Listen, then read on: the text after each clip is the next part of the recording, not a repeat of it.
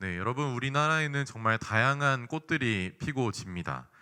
그 중에서 우리 한 4, 5월쯤에는 많은 화려한 꽃들이 만발하고 또 푸릇한 녹음이 올라오는 시기입니다. 여러분이 생각하실 때 이 꽃 중에서 가장 화려한 꽃은 혹시 무슨 꽃이라고 생각하십니까? 네, 보통 이렇게 물어보면 제가 답을 정하고 얘기하는 거니까요. 제가 생각했을 때는 꽃 중의 왕은 바로 장미라고 생각합니다. 누군가 청혼을 하거나 꽃을 산다고 하면 바로 떠오르는 꽃은 아무래도 장미일 가능성이 높지 않을까 싶습니다. 왜냐하면 장미가 가지고 있는 그 겹과 겹 사이에 조화로운 간격과 그 화려한 색깔 때문이지 않을까 싶습니다. 하지만 여러분 그거 아십니까? 이 장미가 썩게 되면 잡초보다 흉한 냄새를 풍긴다고 셰익스피어는 얘기했습니다. 저는 직접 맡아보진 않았지만 실제로도 장미나 백합화 같이 이 화려한 모습을 보이고 있는 꽃들이 썩게 되면 그 악취가 정말 참기 힘들다고 합니다. 제가 2016년에 어떤 기사에서 봤는데요. 그 아랍에미리트에서 어떤 부부가 결혼한 지 며칠 만에 이혼을 하게 됐다라는 내용이 있었습니다. 어떤 내용이었냐면 이 부부가 6개월 동안 연애를 하고 결혼을 했는데 결혼식 끝나고 바로 이제 바닷가로 신혼여행을 갔습니다. 그럼 이제 물놀이를 자주 할 수밖에 없었겠죠. 근데 여기서 문제가 발생하는데 바로 신부의 그 공들인 화장이 점점 바닷물에 녹아내리기 시작했다는 것입니다. 평소에 이 신부는 인조, 속눈썹 등 좀 진하게 화장을 했던 사람인데 이 바닷물은 차마 이겨내지 못했던 것 같습니다. 결국 남편은 실제로 이 아내를 알아보지 못할 정도가 되었다고 하고 실제로 남편이 그래서 바로 이혼을 요구했다라는 내용의 기사였습니다. 아마도 이 남편은 100%는 아니겠지만 결혼한 이유가 그 화장한 얼굴 때문에 결혼했을 가능성이 좀 높았겠죠. 그 신부의 성격, 가치관, 성향 이런 것들이 아니라 겉으로 보이는 화려함에만 좀 집중했던 모습이지 않을까 싶습니다. 화려함에 속아서 그 사람의 이면을 보지 못했던 것입니다. 이것은 마치 오늘 우리가 본문에서 다루게 될 성전의 모습을 떠올리게 합니다. 하나님만을 예배하고 찬양하고 모든 경배를 하나님께 드려야 하는 곳이 다른 더러운 것들로 채워져 있었기 때문입니다. 오늘 본문은 성전 청결 사건을 가운데에 두고 그 앞뒤로 무화과 나무 관련된 얘기로 이루어진 일종의 샌드위치 같은 형식으로 되어 있습니다. 이 성경의 기록자인 마가는 굉장히 의도적으로 이렇게 기록한 것인데 한번 저와 함께 본문을 따라가 보면 좋을 것 같습니다. 먼저 예수님과 제자들은 지금 베단이라는 지역에서 예루살렘 성으로 향해 가는 중에서 있습니다. 12절에 보면 예수님께서 시장하시다 곧 배가 고프시셨다고 합니다. 동일한 사건을 기록한 마태복음 21장 18절에는 이른 아침에 출발했다고 기록되어 있는데요. 한번 우리 같이 마태복음 21장 18절을 읽어보겠습니다. 이른 아침에 성으로 들어오실 때 시장하신지라. 아멘. 여기서 말하는 이른 아침은 우리나라 시간으로 새벽 3시에서 6시 정도라고 볼 수 있습니다. 아침을 보통 이스라엘 사람들은 당시에 오전 9시 정도에 먹었기 때문에 일찍부터 움직였던 예수님과 제자들은 무척 배고팠을 것입니다. 그때 무엇이 등장합니까? 바로 잎사귀 있는 한 무화과 나무가 등장합니다. 이 잎사귀 있는 무화과 나무는 잎사귀가 그냥 조금 달려 있는 게 아니라 원어로 봤을 때 좀 무성하게 달려 있던 것을 말합니다. 무화과 나무가 조그마한 것이 아니라 이미 많이 자란 무화과 나무라는 것을 알 수 있습니다. 예수님이 그 무화과 나무에 찾아가셔서 이렇게 말씀하십니다. 13절부터 14절 말씀입니다. 멀리서 잎사귀 있는 한 무화과 나무를 보시고 혹 그 나무에 무엇이 있을까 하여 가셨더니 가서 보신즉 잎사귀 외에 아무것도 없더라. 이는 무화과의 때가 아님이라. 예수께서 나무에게 말씀하여 이르시되 이제부터 영원토록 사람이 내게서 열매를 따먹지 못하리라 하시니 제자들이 이를 듣더라. 지금 보시면 이 나무에는 잎사귀 외에 아무것도 없었다는 것입니다. 그 이유가 무화과의 때가 아니라고 마가는 기록하고 있습니다. 근데 이것에 대해서 예수님의 반응이 좀 어떻습니까? 이제부터 영원토록 사람이 내게서 열매를 따먹지 못하리라 라고 저주를 내리십니다. 예수님이 무화과 나무 때가 아닌데 열매를 맺지 못한 나무 보고 뭐라고 하는 모습이 좀 잘 이해가 되지 않을 수도 있습니다. 사실 이 예수님의 반응을 좀 이해하기 위해선 그 중동의 문화에서 무화과의 특징에 대해서 좀 알아야 할 필요가 있습니다. 예수님 무화과 나무의 때를 아셨을 것이고, 보통은 이스라엘에서는 무화과를 8에서 9월 정도에 수확을 한다고 합니다. 그런데 가끔 4월쯤에 또 이 무화과 나무가 열리는 경우가 있습니다. 그러니까 약간 덜 익은 열매가 좀 일찍 열리는 경우라는 것이죠. 이 4월의 무화과, 오늘 본문에서 예수님이 만난 무화과 열매는 아직 익지는 않았지만 그래도 먹을 만한 한때라는 것입니다. 이 13절의 무화과의 때라는 것은 결국 그렇다면 8월에서 9월을 말하는 것이겠죠. 그런데도 이 4월경에 잎사귀가 이미 무성하다면 열매를 맺었어야 했습니다. 그런데 잎만 무성하고 열매가 없었던 것입니다. 겉은 화려한데 그 속에는 그 화려함에 걸맞는 본질이 없었습니다. 15절부터 19절까지는 예수님과 제자들이 예루살렘 성에 들어가서 행하셨던 성전 청결 사건을 볼 수 있습니다. 우리 함께 15절을 한번 같이 읽어보겠습니다. 그들이 예루살렘에 들어가니라. 예수께서 성전에 들어가사 성전 안에서 매매하는 자들을 내쫓으시며 돈 바꾸는 자들의 상과 비둘기 파는 자들의 의자를 둘러 엎으시며, 예수님과 제자들이 예루살렘 성으로 들어갑니다. 당시 이 성의 크기는 아마도 예루살렘 전체의 6분의 1 정도에 해당했을 거라고 합니다. 굉장히 큰 사이즈였습니다. 근데 들어갔더니 이게 웬걸입니다. 하나님을 예배하는 소리, 그리고 제물들이 죽어가는 그 제사의 소리가 가득 찬 것이 아니라 아주 시끄러운 소리들, 성전에서 들리면 안 될 다른 소리들이 들리는 것입니다. 어떤 부류들이 있었다고 말씀에 나옵니까? 첫째로는 성전 안에서 매매하는 자들의 소리였다고 합니다. 무엇을 매매했을까요?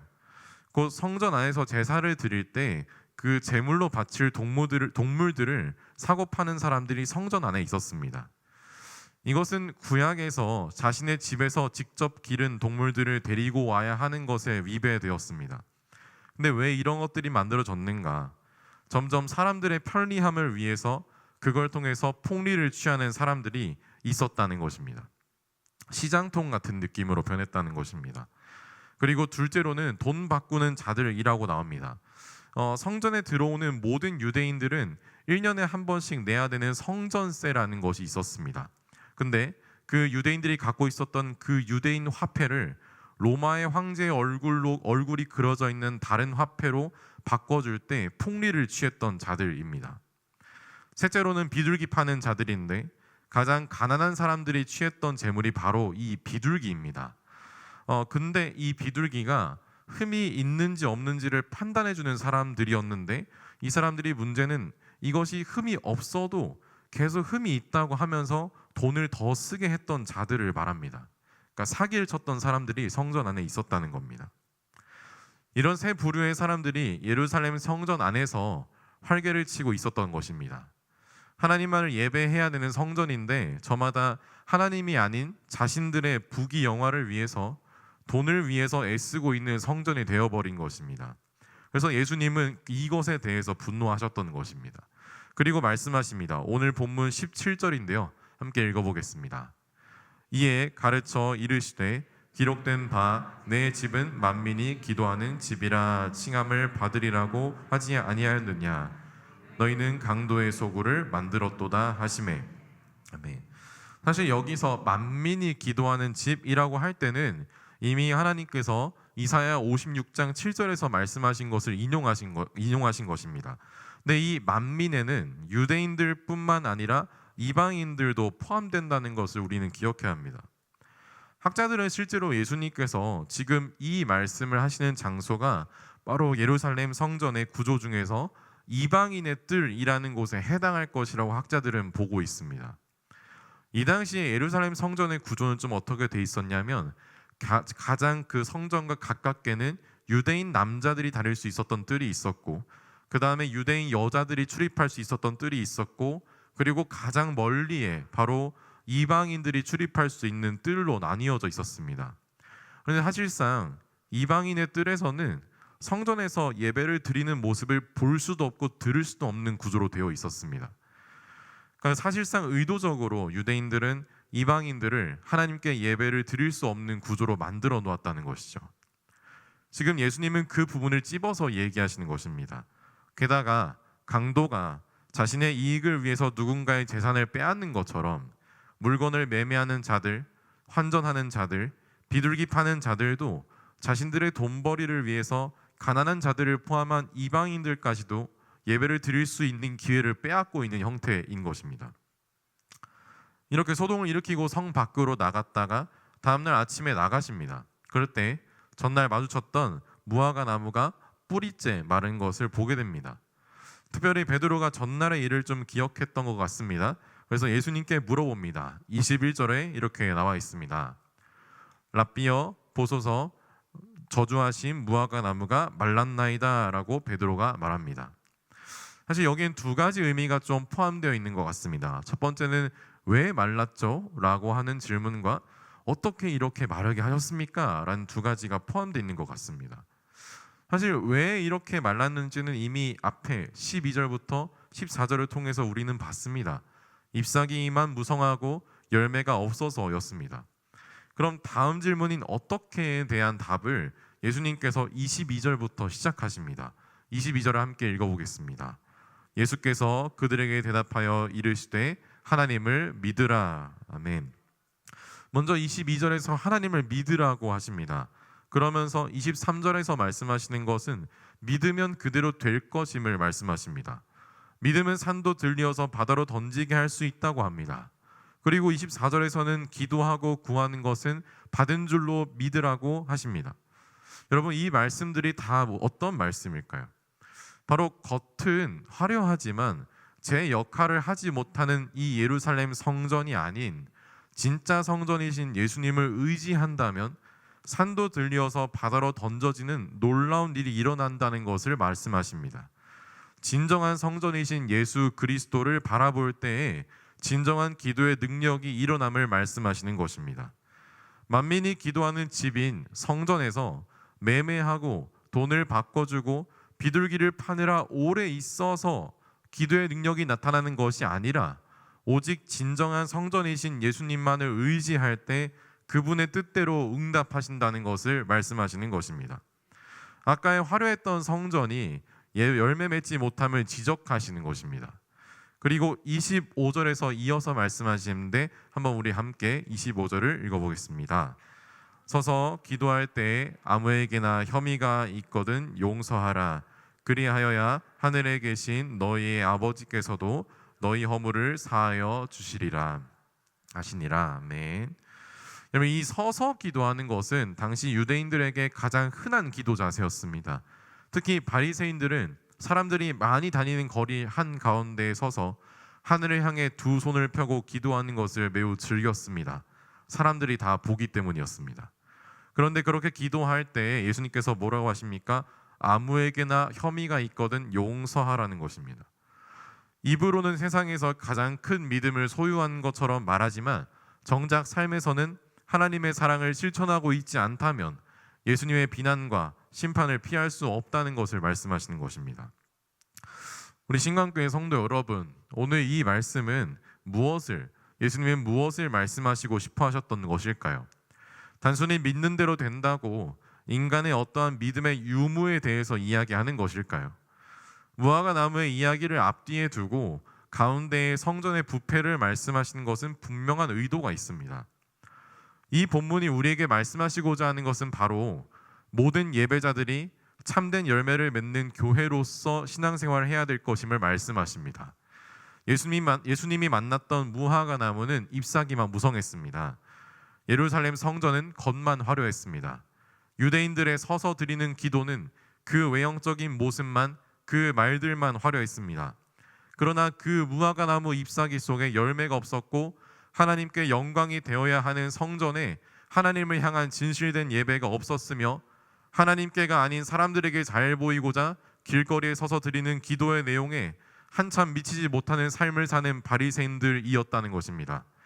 오늘 이 본문은 결국 열매 없는 예배자의 삶, 열매 맺지 못하는 교회에게 하시는 말씀입니다. 그렇다면 진짜 하나님이 기뻐하신 열매는 그럼 무엇일까요? 너무나 유명한 말씀 갈라디아서 5장 22절부터 23절 말씀입니다. 오직 성령의 열매는 사랑과 희락과 오래 참음과 자비와 양선과 충성과 온유와 절제니 이 같은 것을 금지할 법이 없느니라. 아멘. 성경에서 얘기하는 열매는 결국 외형적인 것을 말하는 것이 아니라 외형적으로 드러날 수밖에 없는 그 마음의 성품을 의미합니다. 더 궁극적으로는 우리를 창조하신 하나님의 형상을 닮아가고 그 하나님을 사랑하고 하나님의 그 우리에게 있는 이웃을 내 몸과 같이 사랑하는 것이 열매라고 말씀하고 있다는 것입니다. 1600년대에 있었던 그 매튜 미드라는 신학자가 있습니다. 이 사람의 저서 중에 굉장히 유명한 책이 하나 있는데요. 유사 그리스도인이라고 하는 책이 있습니다. 그 책에는 짤막하게 이런 글이 기록되어 있습니다. 한번 들어보겠습니까? 당신이 크고 놀라운 은사, 곧 영적인 은사를 가지고 있다 해도 참 그리스도인이 아닌 유사 그리스도인일 수 있습니다. 당신이 차원 높은 신앙 고백을 하고 외적인 경건의 의무를 많이 행한다 해도 참 그리스도인이 아닌 유사 그리스도인일 수 있습니다. 당신이 그리스도 교회의 일원이 되어 하나님의 백성들과 연대하고 그들과 함께 모든 의식에 참석하며 교회의 모든 특권에 참여한다 해도 아직 참 그리스도인이 아닌 한낱 유사 그리스도인일 수 있습니다. 당신이 종교적인 일에 열심을 낸다 해도 아직은 그리스도인이 아닌 한낱 유사 그리스도인일 수 있습니다. 당신이 참 그리스도인이 하는 외적인 의무와 예배 등을 모두 행할 수 있지만 그 모든 것을 행해도 참 그리스도인이 아닌 한낱 유사 그리스도인일 수 있습니다. 강하지 않습니까? 과연 그럼 누가 진짜 그리스도인인가?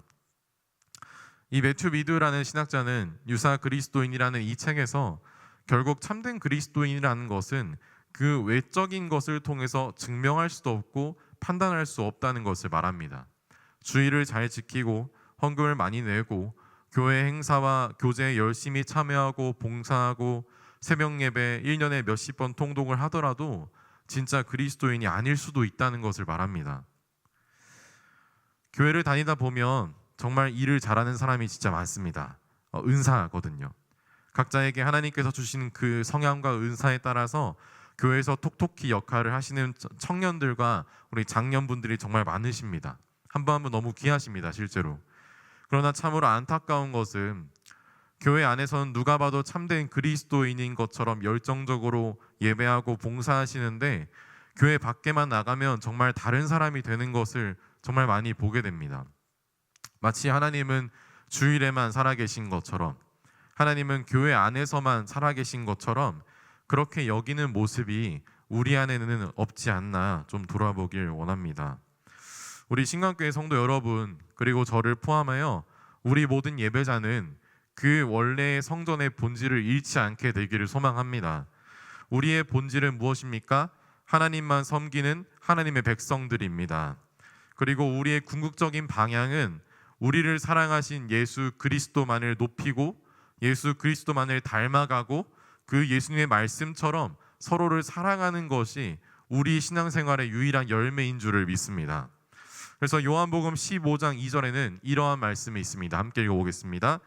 물은 내게 붙어 있어 열매를 맺지 아니하는 가지는 아버지께서 그것을 제거해 버리시고 물은 열매를 맺는 가지는 더 열매를 맺게 하려 하여 그것을 깨끗하게 하시느니라. 아멘.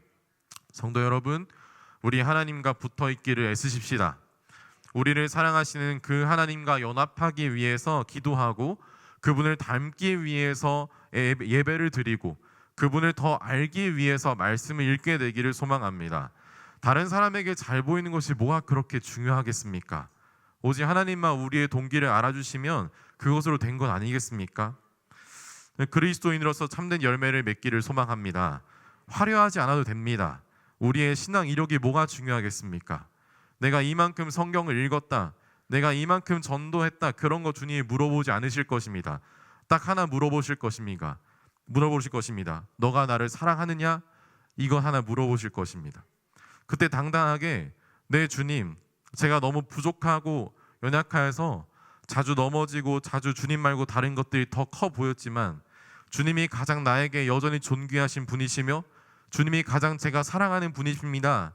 누구보다 저를 사랑하는 분이십니다. 주님 사랑합니다 라고 고백할 수 있는 저와 모든 성도 여러분들이 다 되시기를 진심으로 축복합니다. 내가 외형적으로 주님과 상관없이 내 뜻과 계획대로 열매를 맺으려고 했던 것들이 있었다면 다시 회개하고 영원히 우리를 향해서 사랑을 부어주시는 그 하나님이 기뻐하시는 참된 열매를 맺는 모든 신강교회 성도님들 다 되시기를 주님의 이름으로 축복합니다.